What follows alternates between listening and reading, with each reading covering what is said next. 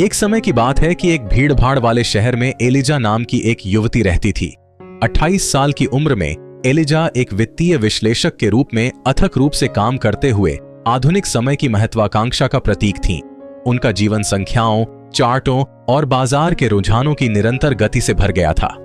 हालांकि सफल, वह अक्सर एक शून्य महसूस करती थी, एक भावना कि वह एक हमसटर व्हील में फंस गई है, कुछ मायावी का पीछा कर रही है।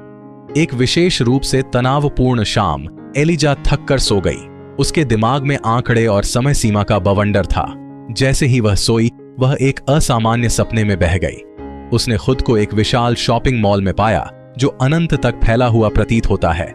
यह मॉल असाधारण था। इसमें वह सब कुछ था जो वह कभी चाहती थी, एक डिजाइनर पोशाक की चिकनी भव्यता से लेकर एक प्यारी किताब के घरेलू आराम तक। एलिजा को जिस बात ने तुरंत प्रभावित किया वह यह थी कि हर वस्तु पर मूल्य टैग उसकी अपेक्षा से अलग थी। हीरे का एक महंगा हार $10 का था, जबकि एक साधारण सैंडविच $1000 का था। उलझन में लेकिन फिर भी चिंतित, एलिजा गलियारों में घूमती रही, प्रश्नों में उलझी रही। इतनी मूल्यवान चीज इतनी सस्ती और इसके विपरीत कैसे हो सकती है? उसने एक दुकान कर्मचारी को देखा जो परोपकार की आभा के साथ पूरी तरह से सफेद कपड़ों में एक रहस्यमय व्यक्ति था।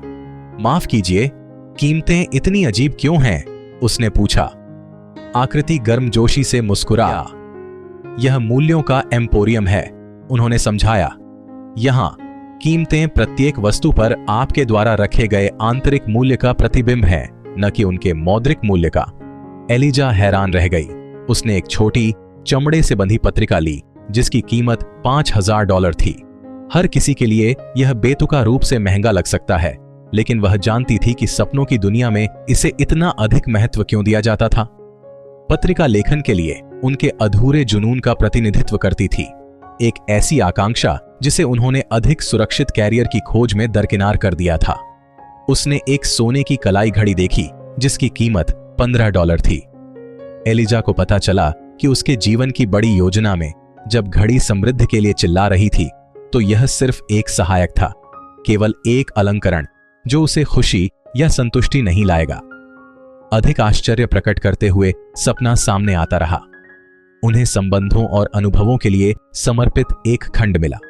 उनकी मां से एक गले मिलने की कीमत $100,000 थी, जबकि एक क्षणिक कार्यालय प्रशंसा सिर्फ 50 सेंट थी। उस गहरी सच्चाई को पहचानते हुए उसकी आंखें आंसुओं से भर गईं। उसके सामने उन्होंने अक्सर अपने प्रियजनों के साथ अंतरंग अपरिवर्तनीय क्षणों पर काम की प्रशंसा को प्राथमिकता दी थी।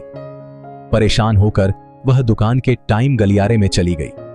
एक आलसी दोपहर एक किताब पढ़ने के लिए एक खगोलीय कीमत तय की गई थी, जबकि सोशल मीडिया के माध्यम से स्क्रॉल करने में उन्होंने जो अंतहीन घंटे बिताए वे लगभग बेकार थे। उन्होंने पहचाना कि उन्होंने अपने समय को कितना कम महत्व दिया, इसे उन चीजों पर व्यर्थ खर्च किया जो उनकी आत्मा को पोषण नहीं देती थीं।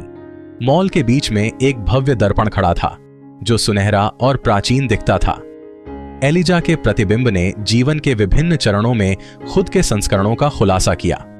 उन्होंने खुद को एक बच्चे के रूप में, फिर एक किशोर के रूप में और अंत में अपने वर्तमान स्वरूप के रूप में देखा।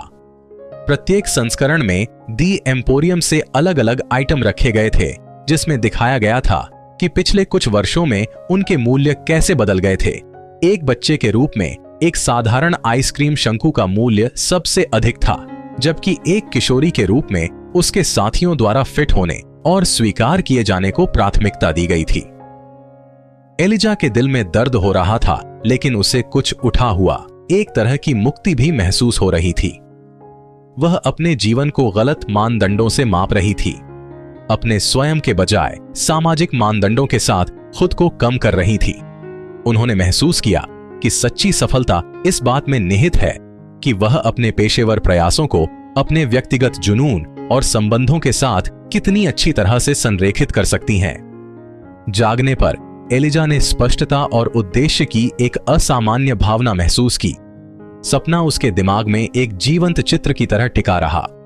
उसने काम से छुट्टी ले ली और उन गतिविधियों में शामिल हो गई जिन्हें वह लंबे समय से भूल गई थी। अपनी पत्रिका में लिखना, अपनी मां के साथ भोजन पकाना और एक उपन्यास पढ़ना जो उसके शेल्फ पर धूल जमा कर रहा था।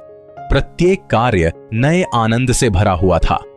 एक हफ्ते बाद वह अपने मालिक से एक योजना के साथ संपर्क किया जो एक अधिक लचीले कार्यक्रम की अनुमति देगा, जिससे वह सप्ताह में 2 दिन घर से काम कर पाएगी।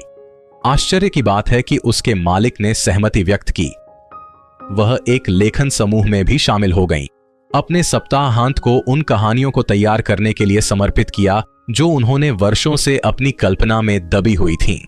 धीरे धीरे एलिजा ने अपने जीवन को बदलते हुए देखना शुरू किया।